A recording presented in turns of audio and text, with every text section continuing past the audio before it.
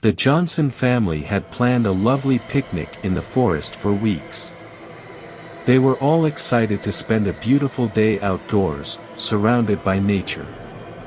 The sun was shining, the birds were singing, and the air was fresh and crisp. They had packed a delicious lunch, and the kids couldn't wait to explore the woods. As they walked deeper into the forest, they noticed something strange. The birds stopped chirping, and the trees became darker and sparser. The family had a feeling that they were not alone. Suddenly, they heard rustling in the bushes, and the ground shook beneath their feet. "The picnic is over, kids," said Mr. Johnson sternly. "We need to leave now." The family quickly gathered their belongings and began to walk back to their car. But the strange noises grew louder, and they could hear footsteps following them. They turned around, but they could not see anything. As they walked faster, they stumbled upon an abandoned cabin. The door was slightly open, and they could hear strange noises coming from inside. Mrs. Johnson suggested they seek shelter inside, and the family agreed. But as soon as they entered the cabin, they realized that they had made a grave mistake. The room was filled with eerie artifacts, and the walls were covered in strange symbols. Suddenly, the door slammed shut, and they were trapped. The family huddled together, terrified, as they heard the footsteps grow louder and closer. They could hear whispers and murmurs, and the stench of rotting flesh filled the air. The family could feel the presence of evil, lurking all around them. They were trapped in the cabin for hours, as the strange noises and footsteps continued. Eventually, they managed to break down the door and escaped. At first, they tried to open the door, but it was jammed shut. They quickly realized that they were locked in and could not get out. The family then looked around the cabin for any clues, or objects that could help them escape. They noticed that there was a window that was slightly open, and they decided to try and escape through it.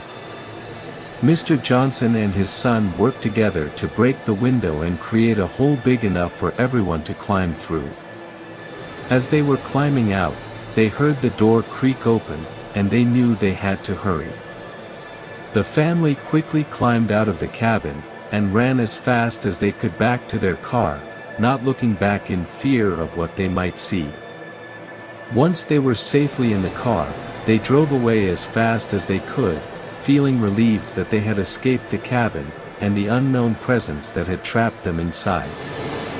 The Johnson family was traumatized by their experience, and it took them a while to recover from the fear and anxiety that had consumed them. They never forgot the terror they had experienced that day, and made a vow to never return to that part of the forest again. The Johnson family couldn't shake off the feeling of unease that lingered after their harrowing experience in the forest. They didn't talk about it much, but the memory of that day stayed with them for a long time.